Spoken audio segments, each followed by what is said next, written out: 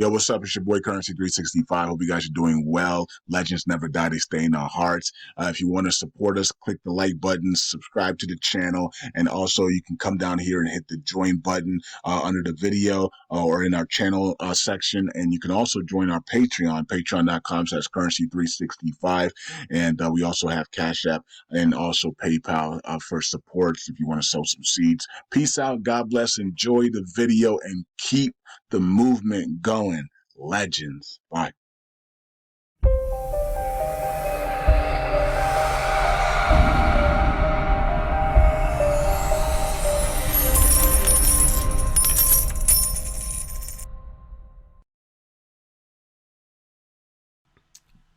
I just feel this urgency to get ready for the wealth transfer.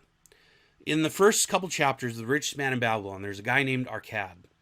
And he starts saving 10% of his money to the side and investing that.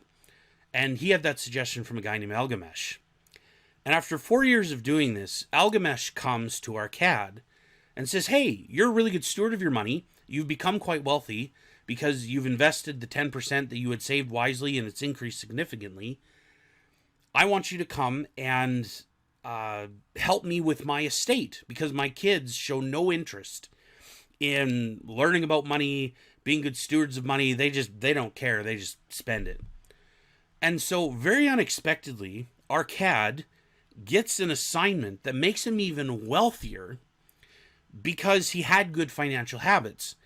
And I feel like there's this idea that people have where it's like, okay, well, when I get rich, then I'll have good habits. And it's like, no, he who is faithful with little will be faithful with much. God very much is looking for the people that will have good financial habits now, so to see who he can entrust with stuff as we go here. That's always like, you're always working towards your next position, your next promotion, right? But let's say you have a job and you're getting paid like $15 an hour, right? And your mindset is, well, my boss doesn't pay me enough, so until my boss pays me more, my level of output is here. And this is assuming like you actually have a good boss and whatever. And I understand there's people that abuse this system, but I'm not talking about the points where the boss is abusive or whatever. But regardless, it shouldn't be the attitude. Because you look at somebody like Daniel, who was in captivity, and he strived for excellence still and stood out. So did Joseph. So actually, this attitude of, well, my boss doesn't matter. You're supposed to be there to be a light. And when you're grumbling that you're being screwed over, if you're being screwed over that bad, then quit and go find something else. It's not like there's not jobs out there. There's labor shortages everywhere. But if you've convinced yourself that there is no solutions for you, well, then there's not going to be any solutions for you. Because as a man thinketh, so is he. And this is part of the problem. If you have somebody who plays sports, okay, so this would be like for a job, entry level, like baseball and hockey are the two examples of this because the NBA and the NFL pay differently. But if you're a baseball player, you get like a set amount for your first 3 years, essentially. And it's not very much. And then you have arbitration for years 4, 5, and 6. And then you're a free agent. And if a baseball player came and said, you know, it's my first year and you're not paying me like a $12 million player, so I'm not going to play like one. I'm going to play like a $750,000 player. And once you start paying me $12 million, then I'll start playing like a $12 million player. And a baseball GM would go, well, no.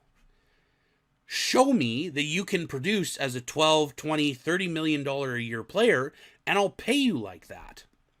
If you're trying to get promoted at work and you do a shitty job at the job that you have, why is anyone going to promote you? This whole idea of, well, okay, if you pay me more, I'll do better. No, it's like people that say, you know, well, we're going to support Kim Clement, but we'll do it after the wealth transfer. It's like, no, you won't. If you're not doing it now, even just like $1, if you're not doing it now, you're not going to do it later. This whole idea of I'm not going to do it now, but I will do it later. No, because your habits are your habits. What you're doing with little is what you're going to do with much. And so there really needs to be some significant changes because People are struggling with money. They're struggling to attract good opportunities. And people are sitting here like they're all in defense mode. Oh, yeah, we're storing up food. Okay, that's cool. We're storing up supplies. Okay, that's cool. But Isaac sowed in a famine, reaped 100-fold. And I look around and I'm like, where are the 100-fold people? Like, where are the people? Like, in my life, miracles are happening. And I go to tell people, and it's like they seem to just be stuck in their own idea that, you know, everything is going to end here. And it's like, okay, well, what if you have the perception that this is actually the setup for the wealth transfer to happen? You have markets go down, you have great opportunities that come up, money gets released, and then stuff goes back and improves. But I think people can't catch on to this whole things are actually going to turn around. Like, I believe that. I believe this is not the end of America. I believe this is not just an endless, continuous downturn.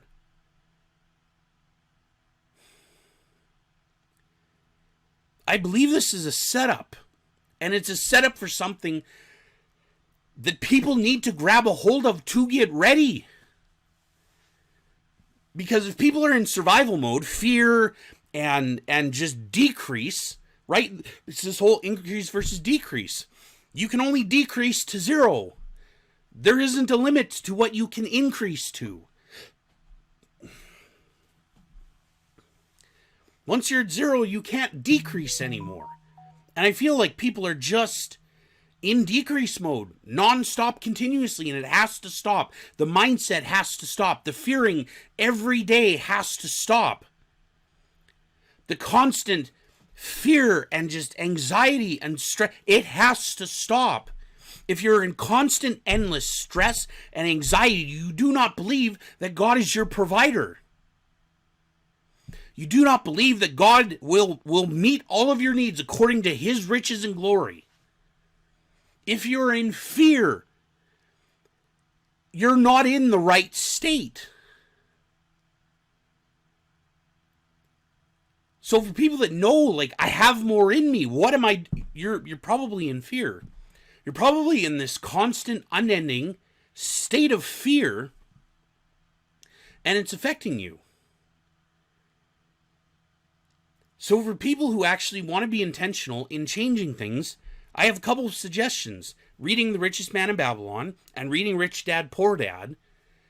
He's got several books, actually, Robert Kiyosaki does, that I think would be helpful. And I also have a group.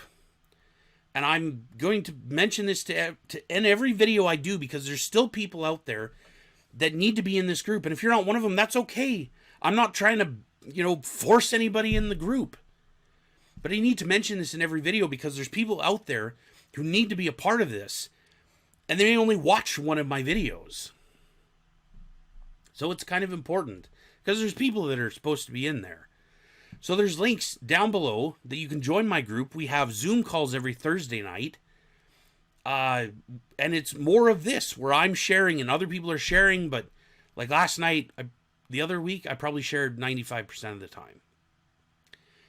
And that call was awesome. Some nights, there's other people that are bringing stuff, but we have to be intentional. And I think for some people, you need to be hanging around people who actually believe for increase, believe for change, believe that there's actually impact to be had. So if you're interested in joining my group, there's a link down below for that. And just for everyone, I would encourage you, you're going to be getting ready for what you believe is coming. So is that absolute disaster, or is that opportunity? You're going to have to decide, and then you'll act accordingly.